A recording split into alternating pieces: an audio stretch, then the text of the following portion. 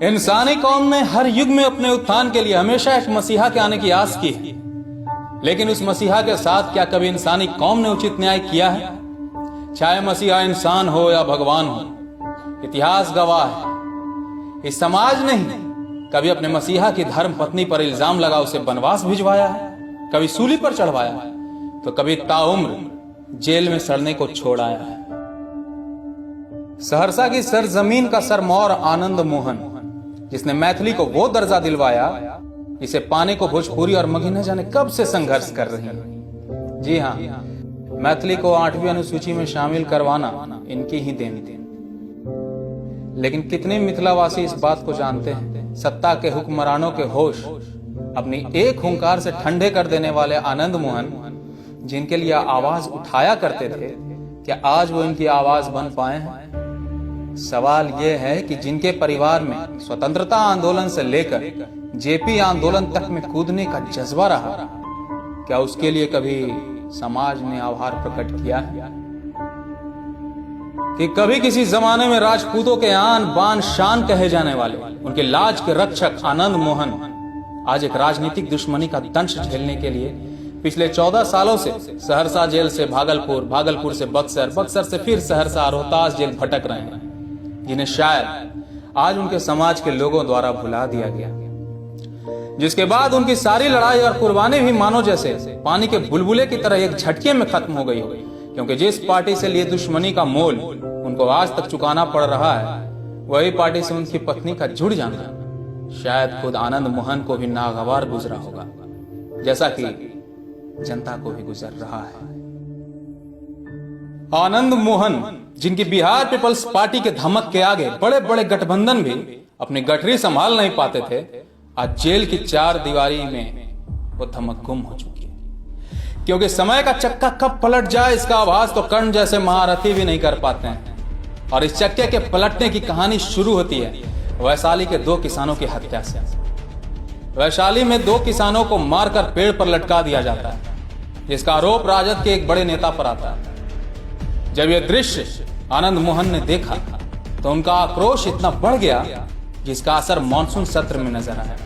उस समय के मुख्यमंत्री लालू प्रसाद यादव जी थे, जिनसे जब सवाल किया गया तो जवाब उनके आक्रोश को और बढ़ाने वाला था, जिसका असर यह हुआ कि इतिहास में पहली बार भरे सदन में किसी मुख्यमंत्री पर कुर्सी चलाकर फेंका गया, जिसके जवाब में पूर्वी चंपारण के विधानसभा क्षेत्र केसरिया के तत्कालीन विधायक यमुना यादव जी ने आनंद मोहन की तरफ माइक फेंककर अपने सुप्रीमो के प्रति अपनी वफादारी जाहिर की, और वो माइक आनंद मोहन के आन पर जा लगा। और उसी वक्त उन्होंने अपनी पार्टी बिहार पीपल्स पार्टी की तरफ से बिहार के अंडरवर्ल्ड डॉन छोटन शुक्ला को केसरिया विधानसभा का उम्मीदवार घोषित कर दिया। चौंकिएगा मत, ये वो दौर था जब बाहुबली और अंडरवर्ल्ड के लोग नेताओं की कठपुतली बन बूथ कैप्चरिंग, फिरौती और मर्डर जैसे वारदातों तक सीमित नहीं थे, बल्कि इन पर भी अब खादी का धुन सवार हो चुका था।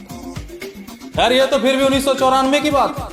प्रत्याशी तो आज भी एक से बढ़कर एक क्रिमिनल खड़े होते हैं बिहार में। अब बात दोनों पार्टी के आन पर आ गई थी, और ये आन बिना प्राण दान के मानता कहां है जनाब। कहते हैं गिद्धों और राजनेताओं में अधिक अंतर नहीं होता, बस गिद्ध लाश गिरने की फिराक में होते हैं और राजनेता लाश गिराने की। बिहार इस देश का वो अभागा राज्य है जिसने भले अनेक जातियों को अपने दामन में समेट रखा हो, पाल रखा हो, लेकिन राजनेताओं को सिवाय अपनी जाति के उत्थान के और कुछ नजर नहीं आता, जिसका खामियाजा यह होता है कि बिहार से गुजरने वाली गंगा भी इसके पाप धोने में असमर्थ रहती है।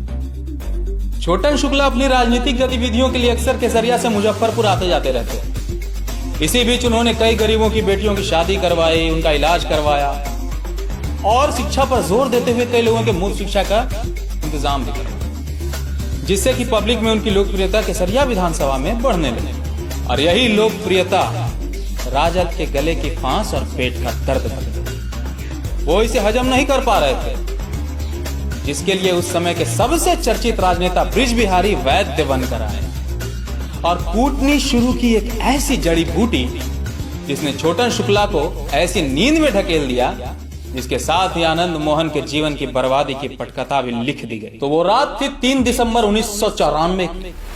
छोटन शुक्ला चकिया में इंटर कॉलेज के प्रिंसिपल नागेंद्र सिंह के घर ठहरे, जो कि मधुबन से बिहार पीपल्स पार्टी के उम्मीदवार घोषित किए गए। छोटन शुक्ला अक्सर अपनी सफेद जिप्सी में चला करते थे, लेकिन उस दिन उन्होंने अपने जिप्सी हेडमास्टर साहब के घर छोड़कर एक एम्बेसडर ले लिया, अपने गार्ड्स को भी छोड़ दिया और अपने विधानसभा के 4 ऐसे लोगों के साथ घर की तरफ बढ़ चले जिनका अपराध जगत से कोई वास्ता भी नहीं था। जो लोकल पब्लिक थी, उनकी गाड़ी उनके घर से कुछ दूर पर ही होती है कि पुलिस की वर्दी पहने कुछ लोग उनको रोकते हैं और इससे पहले कि उनकी समझ में कुछ आता, उन पर न जाने कितने AK-47 की मैगजीन खाली कर दी जाती है और 20 मिनट तक अंधाधुंध गोलियों की बौछार के बाद जब यह सुनिश्चित हो जाता कि अब उनके जीवित रहने की कोई गुंजाइश नहीं बची, तो वो वहां से चले जाते। और फिर आती है असली पुलिस, जिसने उन नकली पुलिस कर्मियों से भी अहम रोल अदा किया और 1 घंटे तक किसी को अस्पताल ले जाना तो दूर,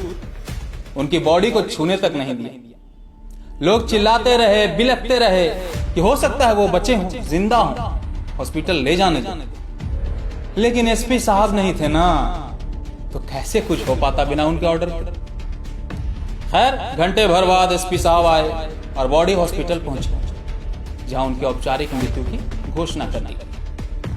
और उधर ब्रिज बिहारी के घर पर शुरू हुआ जश्न का माहौल, जहां एक तरफ मुजफ्फरपुर खून के आंसू रो रहा था, वहीं दूसरी ओर ब्रिज बिहारी के यहां जाम छलकाए जा रहे, जिसने साफ कर दिया कि नकली वर्दी का इंतजाम किसने किया था। खैर, पुलिस के इस कृत्य से जनता का आक्रोश इस राज्य के बेरोजगारों की तरफ बढ़ चुका था, जिसका खामियाजा दूसरे दिन 4 दिसंबर 1994 को बिहार में देखा गया। इस खबर को सुनने के बाद अपने दोस्त की मृत्यु पर शोक प्रकट करने और आक्रोशित जनता को दिलासा देने आनंद मोहन भी मुजफ्फरपुर पहुंच गए, लेकिन भीड़ अपने गुस्से से पार नहीं पा रही।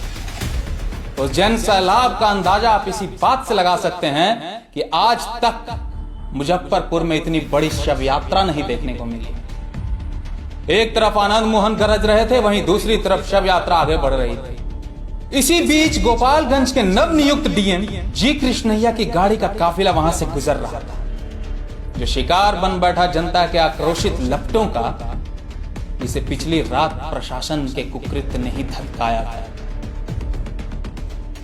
जी कृष्णैया की दर्दनाक मौत हो जाती है और इल्जाम आता है भीड़ पर, जिसका नेतृत्व कौन कर रहे थे? आनंद मोहन। अब सवाल यह उठता है कि क्या जी कृष्णैया की गाड़ी को जलाने का आदेश आनंद मोहन ने दिया था? क्या भीड़ ने उनके लाइट, कैमरा, एक्शन बोलते ही आग लगा दिया था? क्या भीड़ आनंद मोहन को फंसाने के लिए उनसे बिना पूछे आग लगा बैठी थी? क्या आनंद मोहन चिल्लाते रह गए, रुक जाओ, और लोग नहीं रुके?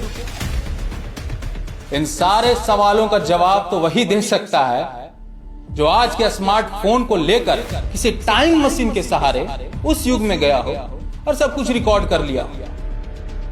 क्योंकि बिना थर्ड अंपायर के तो हम आज तक रन आउट नहीं दे पाए। खैर, इस दुखद घटना के बाद आनंद मोहन सहित बहुत से लोगों पर कार्रवाई हुई जो भीड़ का हिस्सा थे।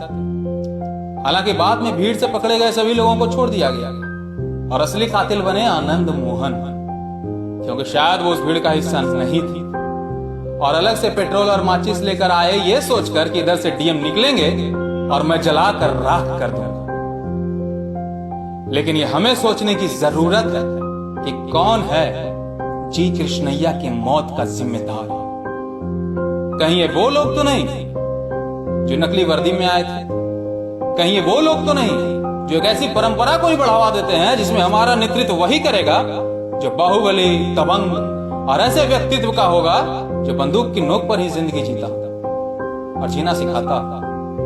या फिर जनता द्वारा चुने जाने पर खुद को तानाशाह समझने वाली ये सरकार जो प्रशासन को अपनी जाति दुश्मनी और अहंकार को संतुष्ट करने के लिए मनमाने ढंग से प्रयोग करती है? या फिर आनंद मोहन? और अगर ये सब कोई नहीं, गुनहगार सिर्फ आनंद मोहन है, तो उन्हें उच्च न्यायालय ने उम्र कैद की सजा सुना तो दी। अब सवाल यह उठता है कि क्या उनकी सजा की अवधि समाप्त हो चुकी है क्या वो बाहर आएंगे या सरकार अभी भी उन्हें समाज के लिए खतरा मानती है? ये फैसला सरकार के हाथ में भी है और आपके हाथ में भी, क्योंकि अगर पप्पू यादव जी की सजा 14 वर्षों में समाप्त हो सकती है तो शायद इनकी भी हो सकती है, लेकिन वो तो सरकार और जनता की नीयत पर निर्भर करता है। आगे क्या होगा, आगे की कहानी क्या होगी, इसका निर्णय या तो सरकार करेगी या बिहार की जनता। कहते हैं ना कि जो होता है अच्छा होता है, तो आइए देखते हैं आगे क्या होता है। धन्यवाद।